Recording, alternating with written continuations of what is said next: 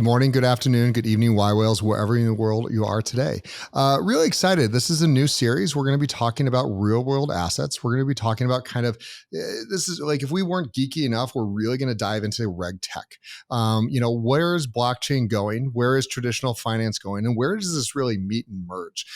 There's been a lot of people that are working on kind of the concept of like, we're going to take all of the traditional finance and centuries of laws and regulations, and we don't need any of that because you know what? We've got math. And math is better than any rules and regulations. And I'm going to just say, no, it does not work in that capacity.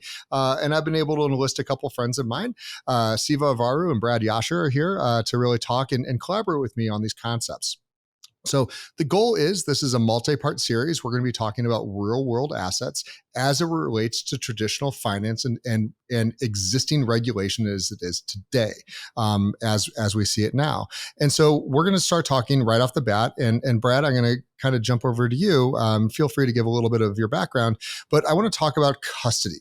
And there's a lot of people that believe, and again, I believe at this point right now that at $1 trillion, the crypto market cap is very, very small. Like, this is a teeny tiny, market cap in a hundreds of trillions of dollars of regulated assets around the world. And so the concept of self-custody, while I think everyone should have the right to your 12 seed keys, I don't believe that's where we're going to see the majority of people going. And so I'd love to pitch it over to you to start this conversation on what custody of a security, a true security, a true regulated asset can and should look like, and why.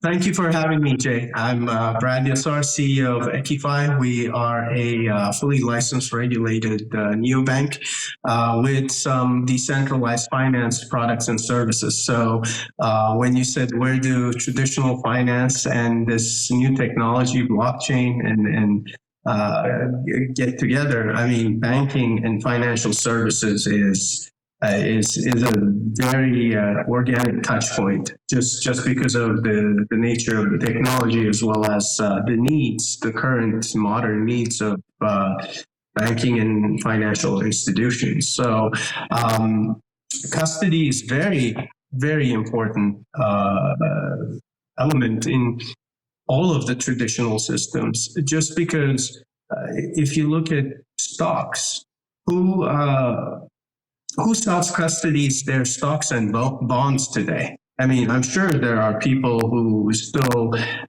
write to the company they invest in and request that and put it in a safe somewhere in their homes, but that's a tiny, tiny fraction. Most people have those registered with their brokerages.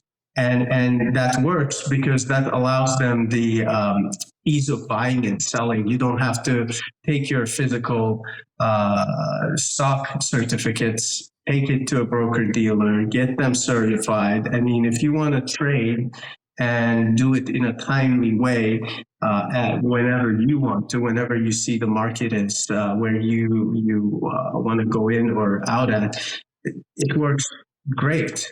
And I use that example because digital assets are no different.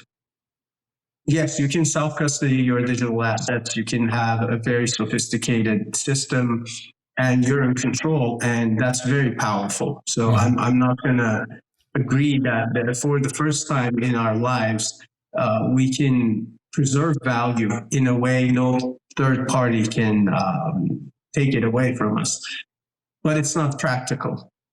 And the same token as, not having all your money in cash at home, not having your stock certificates, having all your digital assets at home, self-custody, for a lot of people is one, scary, because that's a lot of responsibility, and hence the importance of good custodians. But also it's not practical, because then they need to figure out how to use a wallet. They need to figure out what to do with that wallet, how to connect to the blockchain. And for some people, this is super easy. They may be watching this show and saying, what are you guys talking about? It's super easy. You connect your hardware wallet and your Bitcoin is there. So I disagree with you, but for 99% of the world population, it's very stressful. I know my parents still get anxiety logging into their mobile banking because they have that fear of, what if I do something wrong? Whereas when they go into the bank branch and talk to their bankers and there's a human being, they ask questions, they feel much better because that's that generation. Yeah, and I very much believe that self-custody is a right that will be carried through. You can go to a bank right now and you can withdraw all your cash and you can put it under your mattress or put it in a vault or move it into. There's a variety of ways that you can have self-custody of your assets today, and I believe it's going to continue on in blockchain. But I have to say, I think that in a very small way, it's going to be the way most people manage their assets, and it's going to be non-existent for large financial institutions that need to have a few things. They need to have the security. They need to have the consistent regulation, because I can promise that, the fact that I've put it at my 12 or 24 word seed key and I got a ledger is not near as secure as most likely at a bank and the security teams you guys have constantly auditing this. And it really leads into my next, kind of point, which I'm going to go over to Siva for, which is around liquidity, which means how do you access true markets, true regulated markets, which I don't believe are going to be going away, because no financial institution is going to, not want to mitigate their counterparty risk in relation to KYC, KYB, and OFAC compliance. So Siva, talk about, what it means to be hooked into something like an MTF or an ATS. Those are licensed entities that will not in any way, shape, or form ever accept you just to hook a MetaMask wallet into it. It has to come from a licensed custodian. Yeah, I think what's funny, and Brad made a lot of great points that I'm going to allude to here, but what's funny is that what we're seeing in the crypto and DeFi world as novel new concepts were actually concepts explored back in the 80s that never gained traction or never materialized, because these were when regulators and financial institutions explored these concepts in depth. It wasn't regulatory compliant. So when you think about financial securities, there's a key concept that probably 90% of the public isn't aware of, that financial securities have to trade on regulated execution venues. And regulated execution venues means that there are adherences and compliance laws for both entities that are on both sides of the trade, buy and sell side, to adhere to. And one of the biggest ones in that is AML, and KYC and KYB. Just that requirement alone eliminates the DeFi market from exposure to institutional capital.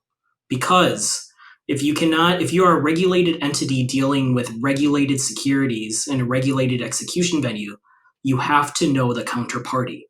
And that is inherently opposite and antagonist to the core ethos of DeFi, which is anonymous trades.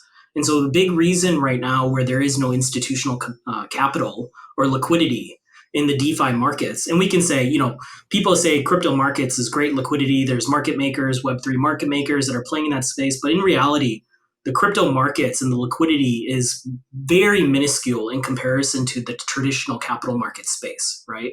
The peak of the crypto markets and liquidity a couple of years ago was still smaller than the smallest commodity markets traded on your on your Borsa groups, right? On your Nasdaqs, on your London stock exchanges, on your that means that you have to have the parties market making happening in a regulated execution venue. In the US, we call that an ATS. In Europe, that is called an MTF, a multilateral trading facility. To be able to access those right now, what we do know, at least at the point of this recording, very few, I think right now, no Web3 exchange has access to an MTF. There were a couple of years ago, but they've shut down since. But if you don't have access to an MTF, that's a big reason why we don't see products like crypto derivatives in the market right now, because they don't trade. They have to trade on a regulated execution venue and Kraken. And the most recent MTF access was actually FTX, which was pulled because of the FTX implosion, right? And so it's interesting, right? There's no regulated execution venues right now that exist in the Web3 markets that allow your Jane Streets, your BNY Mellons, your Santanders, your JP Morgans, your Citibanks, your Chase Banks, your think of the market makers, think of the buyers, the sellers, the people that are trading on the Bloomberg terminals, the people that are trading high frequency trading desks on a day-to-day basis where institutional capital is flowing. That's not even, they don't even have a market exposure right now into the crypto markets. And so there is a huge liquidity void, to your point, Jay, that in this space right now. Yeah. Brad, anything to add to those concepts there? No, I just started thinking about the Bitcoin ETF applications that are pending. The more Siva said liquidity, I'm like, it's coming, wait for it. But yeah, we need to connect. There's always, when we find out jolting technologies where you jump so far away from whatever is established that it almost breaks the ceiling on the comfort zone of the incumbents. There's always a transition period, and we're in that transition period right now where we need to connect both the old world, the traditional financial rails, and the new world, the blockchains and decentralized products and services. And that's what we're trying to do with EQIFi, because everyone wants to go to the fully decentralized, fully automated, fully this future that that they expect to come. But if you don't have a managed transition period, then it just doesn't happen.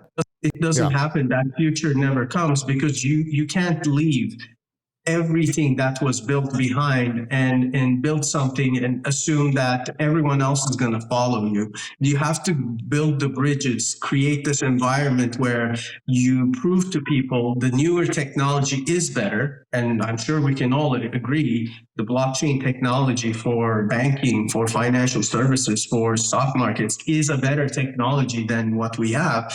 But we have to transition into that era, and everyone has to be comfortable with it. Hence the need for regulation to guide us during that transition. Because if there's no regulation, then who do we agree with? Because there's different countries, different groups of power. Everyone wants to do their own thing. You don't get anything. That's why the banking regulations like the KYC, AML, KYB, all those things work, because everyone agreed. Everyone said, we want KYC because we don't want to launder money. That's not good. We don't want terrorism. We don't want to finance terrorism. So we want KYC. And once we universally agreed, the stock market started growing. We started having global projects and systems, which is great. And that's where we need to go with blockchain, because it already started as a global phenomenon. So we can't just narrow it to US or Europe or anywhere.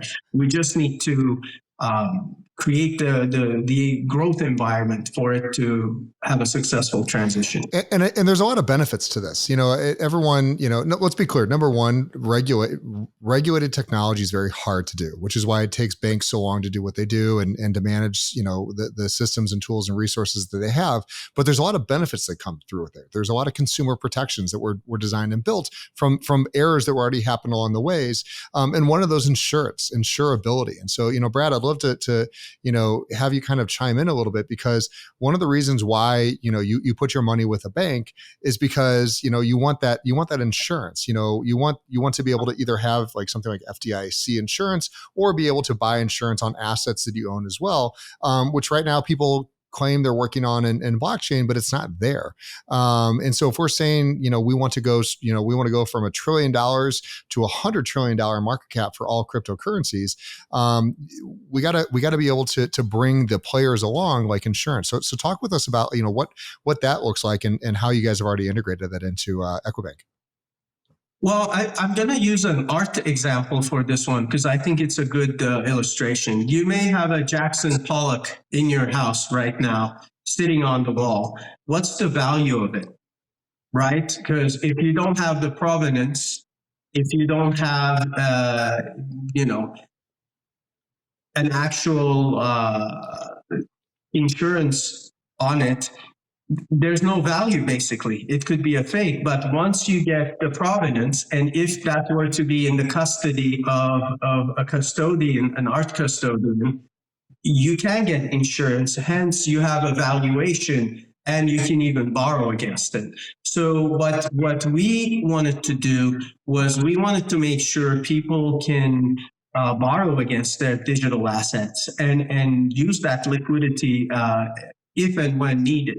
And for that, we need to be the custodian of the assets. So we can say, okay, we have this, and this is worth this much based on the market pricing, and we can lend this much out to you. I don't want to digress into a lending product here, but it's very important to have a custodian when you have assets in excess of what you want to showcase or use or actively tap into, so that the third party validates that value for you. And then it becomes insurable, and then it becomes accessible through loans, and you give new life to that asset, whether it's art, digital assets, stocks, bonds. Again, if you have your stock certificates at home, that's it. You have the certificates, great. If you have it with your broker dealer, that's working with a custodian, and they're in custody. Now you can borrow against them. They give you a line against them. Again, I think it's very important to understand for commercial purposes and institutional purposes, it's a much more practical setup to have a custodian than self-custody. And this has been true across time. So I don't see that changing just because we have a better technology now. We just need to adapt the rules and regulations to the new technology. But the notion that if a third party validates what you have, it's worth more and more accessible is just going to be there. Yeah, and those third parties that are willing to lend, like they're not interested in your free wallet that you have or your $99 ledger. There's a lot more security involved. And so, Siva, I come back to you with, we've spent so much time studying, traditional regulations, traditional finance, and we see all the new technologies that are coming along with blockchain-based finance. And I'm not saying decentralized finance, I'm saying blockchain-based finance. And I'm being very clear between the two of those. And I believe that blockchain-based finance will eventually lead to something that looks like DeFi, smells like DeFi, but is not what we see today. So, Steve, I'd love you to kind of talk about some of the examples of like how, we're integrating, smart contracts, legal custodians, routing to MTFs, and how all that kind of rolls into, transitioning the world from a Swift system type ecosystem to the blockchain based finance world that we all know that we want to get to. But we don't need to wait for new rules or regulations. Yeah. I think there's Brad made a couple of good examples that I think point to a great use case of why a lot of market participants and a lot of the structures are set up in current state of the capital markets, and why a lot of the concepts of DeFi, and especially self-custody, might not necessarily be able to translate or won't translate, especially trying to clear regulatory hurdles. The first concept is self-custody, just in general. When you think about it, and as Brad was talking about, like if I'm self-custodying my asset, who is certifying or who is guaranteeing the backing of that asset? It's me, right? I don't have the capability to certify or back the liquidity of, let's say I bought a tokenized cart collection that's $25 million. And do I have the liquidity to certify and back that? Or do I have a partner that is the self-custody in itself, opens up a lens, especially for like regulated custodians provide so much more than just actually holding an asset, right? Like regulated custodians, when you think of what a regulated custodian provides, there's all of the compliance around securities, right? AMLs and KYBs and all that stuff. There's the security, right? And they have institutional security, cold storage, right? Hot storage. If you're in the EU, you have to adhere to MiFID II compliance, right? MiFID II compliance, if you're self-custodying, doesn't adhere to that, right? Just the nature of where your data is sitting for these assets has to sit in either colos or, split between, on-prem and off-prem, databases and storage. there's a whole fintech regulatory environment and framework and industry built to support that, right? The biggest thing that Brad mentioned is insurance.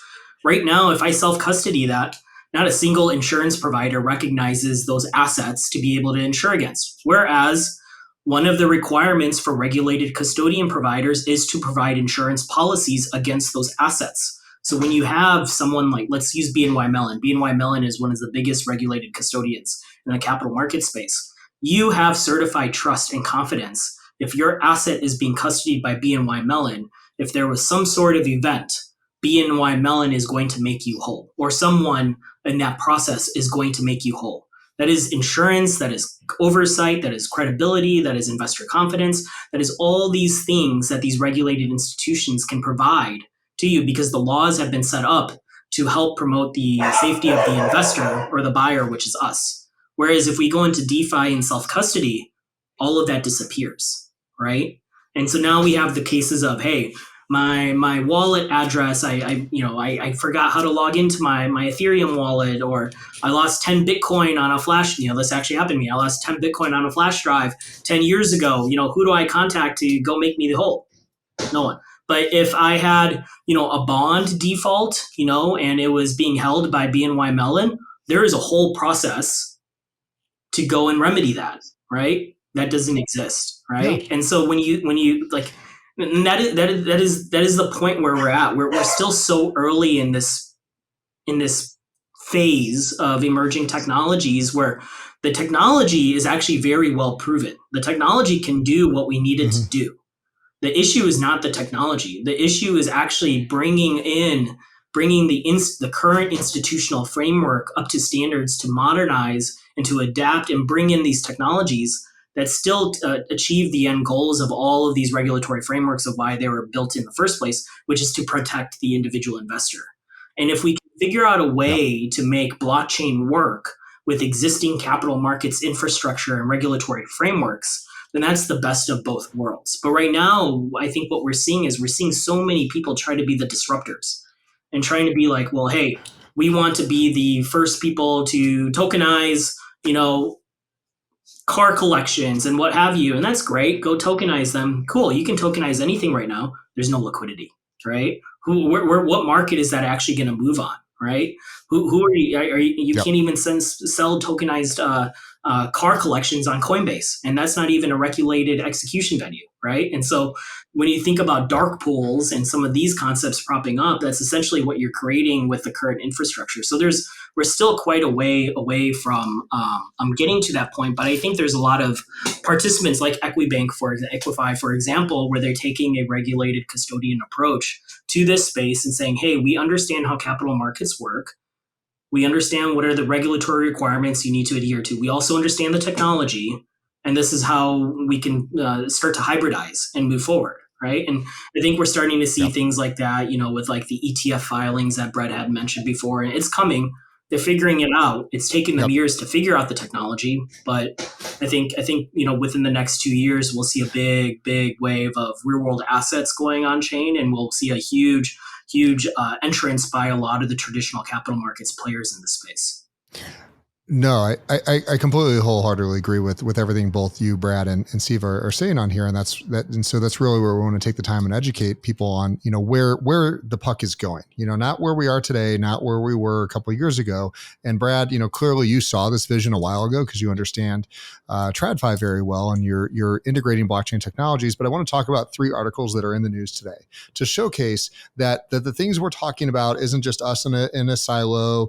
I travel the world. Same as you, Brad. Same as you, Siva. I talk at conferences. I speak at a lot of events, and I work on the same things that you guys work on, which is where is this going? And it's not going to be accomplished, this year, next year, or the year after. This is decades of work that we're all going to do, and we have to lay the groundwork today and start to really understand the merging of these systems so you can move from one and migrate to the other. And so, 3 articles real quick that we're going to run through. First is the UK FCA is currently working on blueprints to tokenize funds.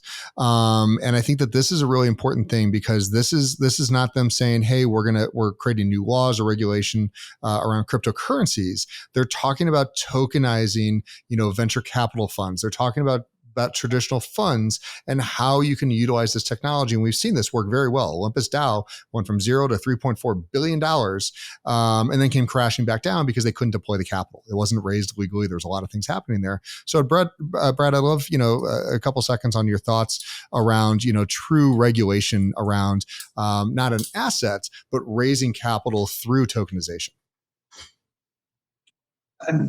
I'm 100% supporter. So I backed a project similar to that out of Europe 6 years ago. And these gentlemen went and they wanted to raise a fund with tokens. So they sold their tokens, operated the fund for a year and a half successfully, deployed all the capital, returned over 300% to all of the token holders quarterly. So every quarter, as long as you had tokens in the wallet, you would get the proceeds from any trading or liquidity that they had in the fund. And then they closed the fund and proved that it can be done. So I'm very excited and bullish about the UK regulation, because the biggest issue right now in private equity is liquidity.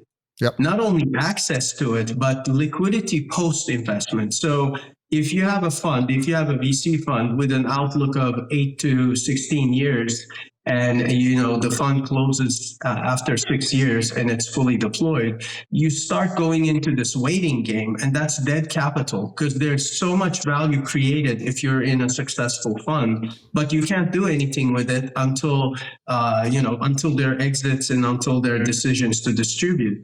When you tokenize a fund, not only you can open it up to more people, because you can lower your minimums. You may not want to, but you can. It's an option. Because right now, processing a $50,000 investment into a fund and a $50 million is the same amount of work. It's exactly the same amount of work. Same paperwork, same checks and balances. So of course, there's a preference towards larger check sizes, so that you don't have to do the same work 1,000 times to get there.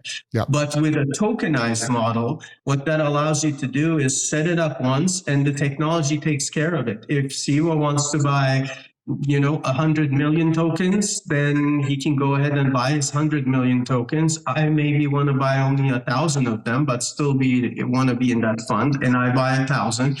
And the management, the transparency, reporting, and management becomes automated, programmatic. So now, not only you're saving money on the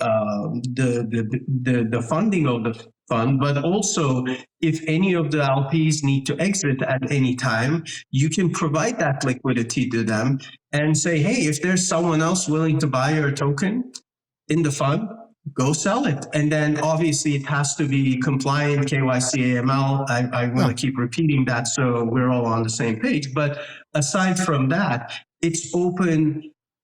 Like, there's a built-in secondary market if you're a successful fund. Whereas if I want to buy an LP out of Sequoia or A16Z now, it's almost impossible. I mean, the legal work that would have to be done to get the authorization from the GPs, from the selling LP to the buying LP and their attorneys, I mean, it's so prohibitively complex and expensive that, it's not a common practice. Whereas you tokenize Sequoia's newest fund, now you can trade those tokens among all the authorized users, and that level of liquidity allows all that frozen capital in private companies valued at $1 billion to be unlocked, because people can go in and out. Maybe someone right now wants to go into SpaceX, and I can name 4 or 5 people on the cap table that'll love to, have a liquidity event. So by matching that and doing it in a tokenized, regulated, compliant way, you're unlocking a capital flow like we've never seen before, because it wasn't possible technologically. Yeah. And I think that really showcases, again, blockchain finance is really making sense, even if you adhere to traditional finance rules and regulations. Siva, I want to jump over to you with another concept. So I have two articles, and Brad, I'll have you comment on these as well. And I think it really showcases, where we need to kind of start thinking a little differently. For those of us that spend a lot of time in blockchain and Web3, there's two articles here. One is UBS is launching a tokenization trial on Ethereum. And UBS is one of the largest banks in the world. And then we also have another article with one of the largest asset holders in the world, which is JP Morgan, is doing a tokenization trial on their own chain, which is Onyx, with BlackRock. And I think this really showcases that there is not going to be a single chain to win them all. Nobody cares if your website is hosted on Amazon S3 or Microsoft Azure. Does it work? Is it secure? And does it manage what it's supposed to be doing well for the consumer and for anyone that's utilizing it? And so Siva, when we kind of start thinking about where is this world going, how are we going to manage a blockchain agnostic world when we've got different players that do have their fiefdoms that they want to manage? Yeah, I think one of the first problems with Web3 and like the blockchain world, and if you talk to anyone that is a DeFi Maxis, is, they focus on the technologies that these large institutions are chasing. And I want to overlook that. Let's overlook that UBS has chosen Ethereum for a second. UBS is signaling that they're taking this space serious is more important than what chain or what technology they've chosen. When you think about who UBS is in the capital market space, UBS is one of the top investment banks globally. They're also one of the largest trading desks in the cap market space globally. They're also one of the largest wealth management firms, and they're also one of the largest asset managers. They're also one of the biggest custody and clearing houses, and also one of the largest settlement houses, right? So when you think of the behemoth and the magnitude of what UBS as a financial institution could bring to the Web3 or the crypto markets, it's substantial. It's bigger than any institutional provider that is in the space right now that is focused on, decentralized assets or crypto-backed assets. So that's big, right? And when you think about, hey, UBS is exploring tokenizing on Ethereum, what does that mean? Well, they're starting to explore some of these capabilities. How do we settle and clear faster?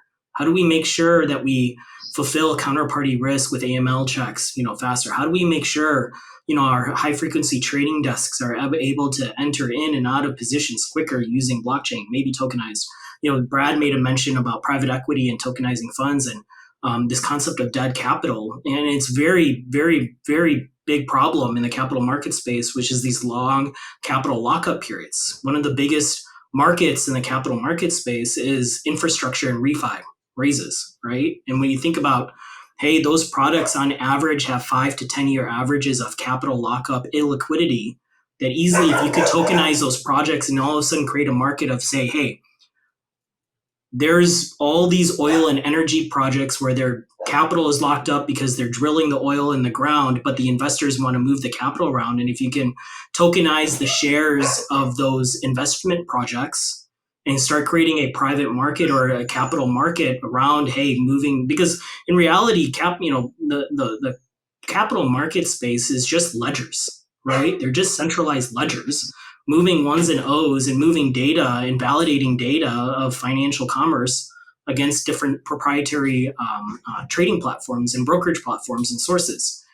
And that's an opportunity that blockchain can really streamline and flow more effectively. But when you start thinking about the assets themselves, there has to be a much different perspective. And quite frankly, I don't want to sound like a TradFi Marxist here, but they've got it figured out. Every institutional financial institution that is a regulated institution, on average spends about 50% of its net profits on compliance alone, right? And all of that is built for investor confidence. And so when we think about why should we trust a bank, why should we trust, like the system has been built specifically for them to benefit us for our own trust of these assets, right? And then creating those rails is really what's going to streamline a lot of adoption, right? Imagine if UBS all of a sudden opens up a UBS crypto derivatives trading desk because they've solved custody and liquidity, and they've solved tokenization, and they've solved custodying and all that stuff. They can bring in an amount of capital into the market that would dwarf the existing total crypto market cap. And that's really important, I think, more so than them trialing Ethereum. Yeah. Brad, jumping over to you and kind of as we roll into closing here, this is a thesis that you came up with years ago. So the idea of legal custody using blockchain technologies, is where you've been kind of, moving in the last, 6, 7, 8, 9, 10 years.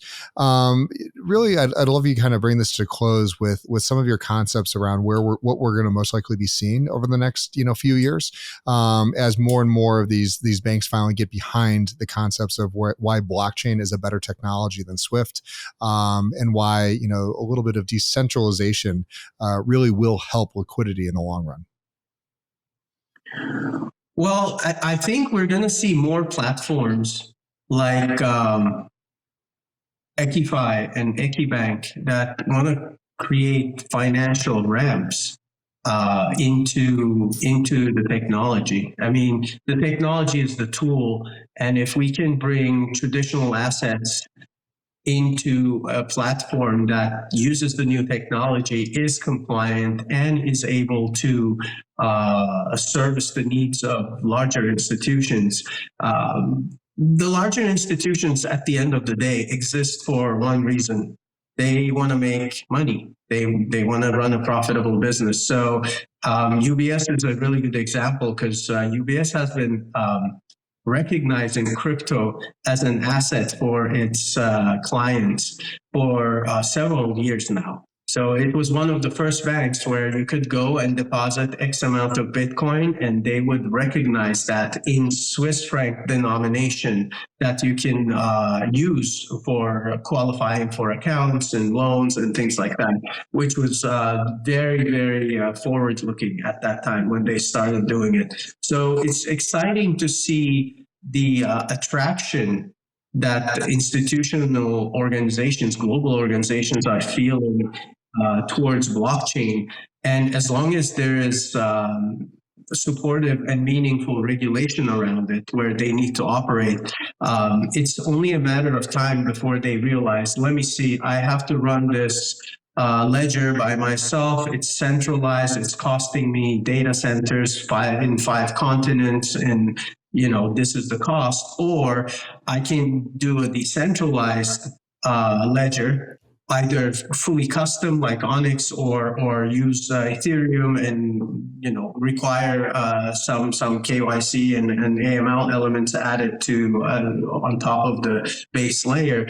But once they see the cost savings and the opportunity, it's going to be adopted really fast, and it's already happening. I mean, JP Morgan Chase have been testing and using internally their blockchain settlement layer for 6 years now, 7 maybe. Yeah. So it's not a new thing. Now that they're actually adding third parties into it is the news piece there. It's not that they've been, settling transactions on their own blockchain, because that was something they were very innovative in. But now that they added BlackRock to it, it shows how easily a blockchain-based solution can be offered to partners, third parties, rest of the world. So again, that's our mission, and it's nice to see that we're not the only ones with this crazy idea that at some point we can disintermediate some of the infrastructure that governs TradFi, and hopefully make it more affordable, hopefully open it up to more people, and bring it, make it more accessible, not just for institutions, but for retail users too. Because if your cost to open an account is $100 and this person can only put $1 in it, you don't open accounts for them because it's not cost effective. Yeah. Whereas if your cost is $0.01 and they can put $1 in it, now you have a business there. On the flip side, once you have the control mechanisms and the institutional solutions in place, you also bring the $10 trillion players into the space, and both of those are needed to transition into this new technology stack. Yeah. And I think the final, things that I'll leave with this is, we as kind of the entire cryptocurrency market going from, 500 billion to $3 trillion, during the last, bull rush, really, we did the beta testing for TradFi. The fact that you could have something like an NFT or a token, on a blockchain hold value and be able to transact for millions of dollars. The fact that, Bored Apes were transacting and moving around and there's all this extra functionality around them. Like, if you can do that with something that has no value other than digital scarcity and, hopes and memes, like now imagine what you can do with something that has real world value that is actually needed in the traditional finance institution that has, entire planets full of people that actually need this to live, tokenizing things like oil and water and fuel and energy. Now suddenly, like, we have an instrument that has been proven to work for JPEG monkeys. Now it can actually really change the world in so many other aspects ways. I'm glad I'm entertaining the two of you guys. But I'm really I like hopes and memes. I'm gonna use that. Not hopes and dreams, but hopes and memes. Listen, I'll be wearing that at the next ETH Denver. We'll get some t-shirts made. But for everyone out there, yWhales, thank you guys so much. We hope all your hopes and memes come true. And we'll see you guys next time on the series of real world assets and true world tokenization. See you guys. Thank you so much, Brad. Awesome. Thank you, Siva. Thank you.